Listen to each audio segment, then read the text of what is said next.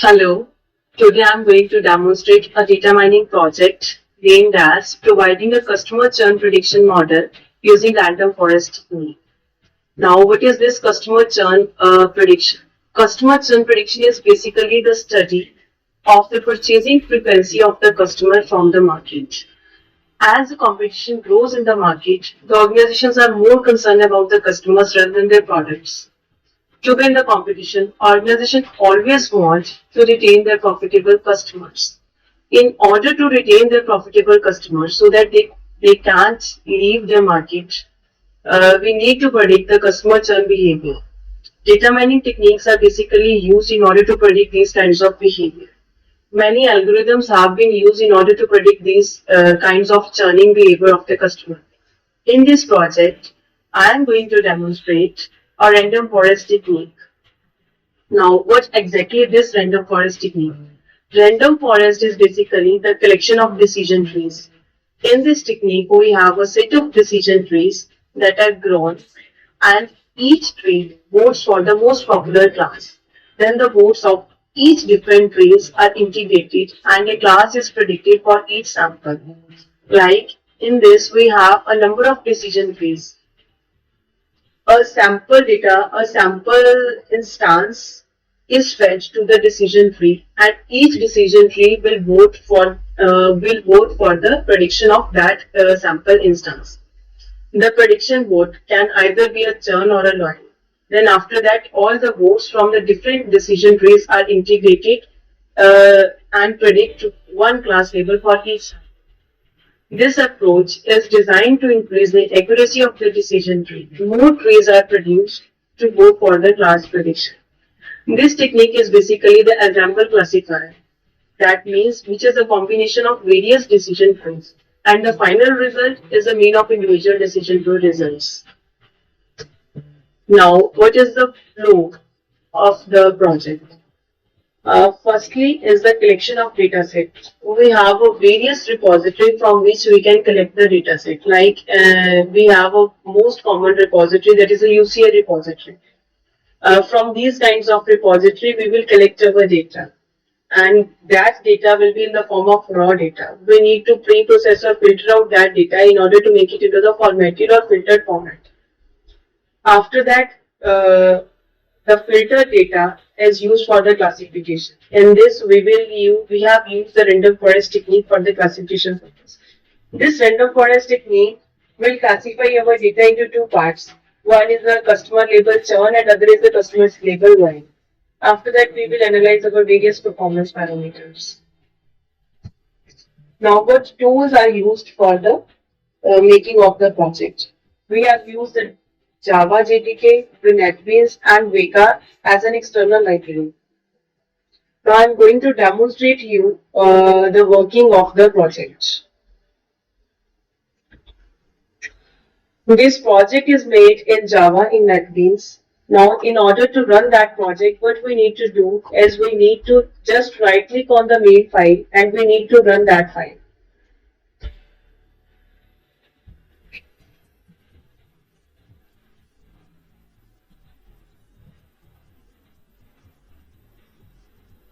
We have made one graphical user interface for the demonstration of the project.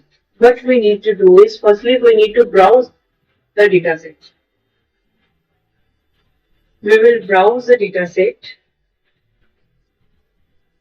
The dataset has been successfully uploaded. The uploaded dataset will be shown in this list.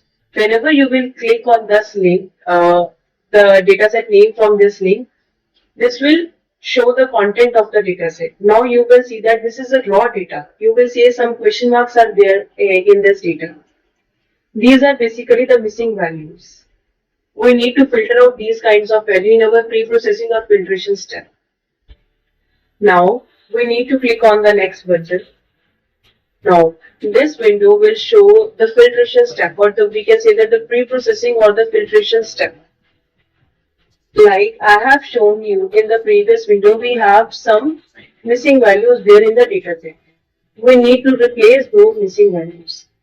That's why we have used the replace missing value filter. We just need to click on this button. This filter will be applied to that dataset. Now you can see there is no question mark shown in the data set. That means the missing values are basically replaced by using this filter. Now the data is in the formatted format and in filter format now. After that, we just need to apply the classification technique on that. We just need to click on the next button. Then we have the classification algorithm button, that is a random forest.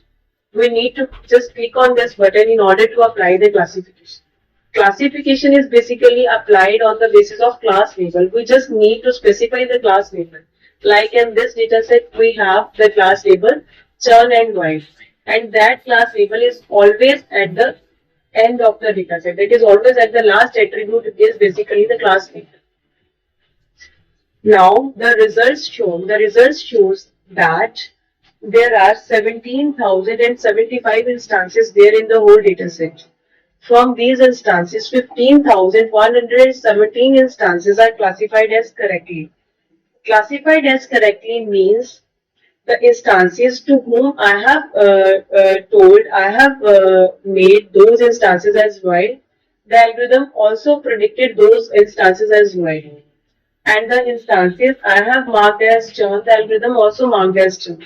Those, whenever our actual value matches with the prediction values, then we have those instances will be counted into the correctly classified instances.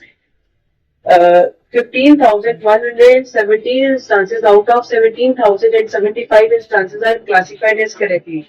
That contribute to 88.84%. And 1905 instances are classified as incorrectly. That means our actual value will not match with the predicted value. Number of those instances are 1905.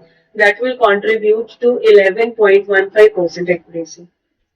Now we have kappa statistic. Kappa statistics basically tells how better the algorithm performs. Its value vary between 0 and 1. More close to 1 means more better the algorithm performs. Now we have some error rate calculated here, and here we have some detailed accuracy by class. That means we have some class parameters like we have precision, recall, F measure. These parameters are shown here. All these parameters basically calculated from the confusion matrix. Now what is this confusion matrix? Confusion matrix basically denotes the true positive, the false positive, true negative and false negative instances. Like we have a 9191 and 5979. These are true positive and these are true negative. True positive means that we have labeled those instances as while, and algorithm has also labeled those instances as while. The number of such instances are 9191. And churn 5979 means that we have marked some instances as churn and algorithm also marked those instances as churn. That means our actual value and the predicted values match.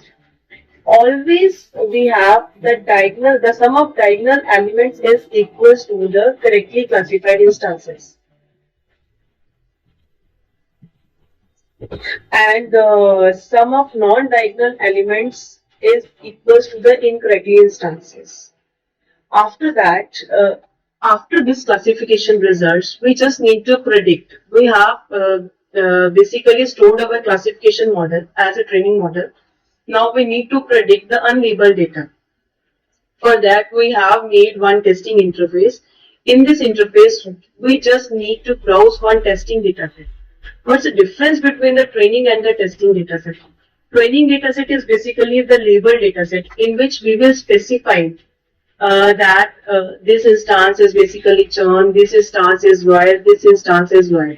That means that is the labeled dataset. And the testing in the testing dataset, we will not label that dataset. We just need to predict those labels from the classification model. What I have done is I have browsed one testing dataset. That is the unlabeled dataset. We just need to click on this test button. Now, what exactly they will do? It will basically tell us the value of this question mark. This question mark, I have made it unlabeled dataset. Now the algorithm has predicted that this customer is a churn and this customer is a while. For the churn customer, the we need to apply some market strategies in order to make or in order to convert those churn customers into the loyalty. Now this kind of testing can also be performed. This kind of predictions can be performed from the whole we can say from the whole process. Now what is basically the conclusion of the project? As an organization need to be more concerned about the customers and always work for the customer relationship management, losing present customer causes additional cost due to the loss in sale, and it generated the need of attracting more new customer. Retention is basically the most valuable asset for the organization. That is how we have represented like customers churn behavior. If we will predict that this much customers will be churn, then we need to apply some market strategies in order to convert those churn customers into the loyal. In this project, random forest technique is used for predicting the customer churn behavior. So more proactive measures can be taken by the companies in order to prevent those kind of churn behavior customers. In future, we will use some assemble learning techniques like boosting and stacking in order to get some more efficient results.